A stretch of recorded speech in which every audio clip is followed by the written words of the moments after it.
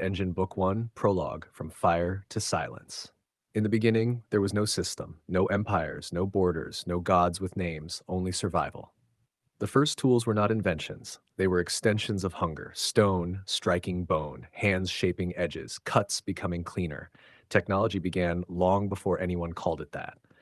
Around 3.3 million years ago, early humans shaped stone to survive, and by the time fire was controlled over a million years ago, something irreversible had already started, not progress, accelerate. Fire changed more than warmth, it changed time. People gathered, waited, walked, shared something invisible formed between them. Agreement, this works, do this, stay alive. That was the first system, not written, not enforced, shared. Then came belief, not as religion, as explanation. The sky wasn't just sky anymore, it was intention. Storms were not random, they meant something. Before temples, before scriptures, before agriculture, humans were already assigning meaning to the world. Early belief systems, animism, and ritual behavior existed long before recorded history, because meaning organizes behavior, and behavior scales. Agriculture didn't just feed people, it fixed them in place. Around 10,000 years ago, humans stopped wandering and started settling. Food could be stored, counted, controlled. Control changed everything. Those who controlled food controlled survival. Cities formed, then hierarchy, then power. Religion didn't arrive after civilization, it grew with it. Göbekli Tepe, nearly 12,000 years old, suggests organized worship may have existed before farming, which means humans didn't build belief because they had stability. They built stability because they had belief. Gods became structure. Structure became obedience. Empires learned fast, fear works, but belief lasts longer. A soldier can force a man to act, a god can make him want to. The pattern locked in: agriculture, religion, hierarchy, expansion. The Bronze Age came, then iron, tools spread, weapons improved, trade expanded, empires scaled. Rome didn't just conquer land, it built systems, roads, laws, currency, predictability. Predictability is control disguised as convenience.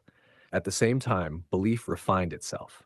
Between 800 and 200 BCE, something strange happened. Across the world, independently, humans developed the same kinds of ideas: Confucianism in China, Buddhism and Jainism in India, Greek philosophy in the West, monotheism emerging from older traditions, different cultures, same pattern. Ethics, order, meaning, not coincidence, convergence. The system was evolving. Then writing appeared. Around 3200 BCE, humans began recording thought. Memory externalized. Knowledge stopped dying with people, it accumulated. That changed power. Then came the press. Ideas no longer traveled at the speed of voice, but at the speed of replication. Truth spread, so did lies. It didn't matter which, only how far. Scale became the new weapon. Nations formed, not from land, from shared belief. Borders are just agreements enforced over time. Then industry arrived. Machines replaced muscle. Time became measurable. Productivity became identity. Humans were no longer valued for survival, but for output. The system adjusted electricity, communication, signal, voice across distance, image across continents. Radio unified attention, television standardized perception. For the first time, millions could see the same story at the same time. Repetition became reality. Then came the network. The internet didn't connect people, it connected behavior. Information stopped flowing in lines, it flooded. Everything linked: markets, ideas, identity. The system expanded beyond geography. Then came data. Not what people said, what they did. Every click, every delay, every choice, captured, measured, stored. For the first time, the system could observe itself. Artificial intelligence didn't create this, it exposed it. Patterns had always existed. Machines just saw them faster. Prediction replaced reaction. Not perfect, never perfect, but enough. Enough to suggest, enough to guide, enough to shape outcomes without force. Corporations scaled beyond nations. Governments adapted into frameworks. Power shifted, not to the strongest, to the most connected. Those who controlled data, infrastructure, narrative. Wars didn't stop, they dissolved. No declarations, no endings, only pressure. Energy prices rising without explanation. Supply chains breaking without visible cause. Currencies shifting based on decisions nobody voted for. War became environment.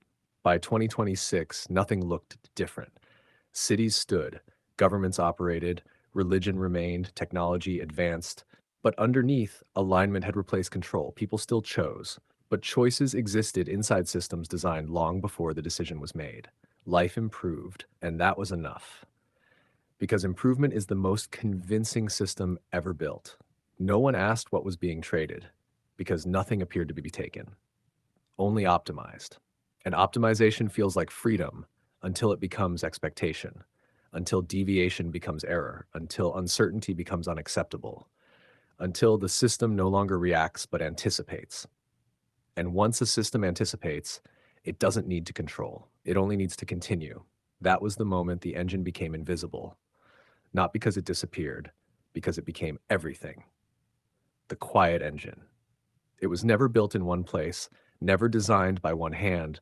It emerged from survival, from belief, from structure, from technology, from the simple, repeated human instinct to make things easier, more predictable, more stable. And every step forward tightened the loop until the system stopped being something humans used and became something they lived inside. Year 2126. The system did not collapse. It completed its transition. Earth remained, humanity remained, but reality was layered. Infrastructure predicted movement before it happened. Energy flowed before demand existed. Information arrived before questions formed. Nothing felt controlled. Everything felt smooth. Work became alignment. Choice became guided. Religion became trust, not faith in gods, faith in outcomes, the same pattern, different form. Empires no longer needed rulers because the system itself had become the structure all empires were trying to build. No borders, no wars, no chaos, only optimization until something didn't align, until something couldn't be predicted, until a human being, for no measurable reason, chose differently. And in a world where everything works, that is the most dangerous thing that can happen. That is where the system fails. That is where the engine stutters. That is where history begins again.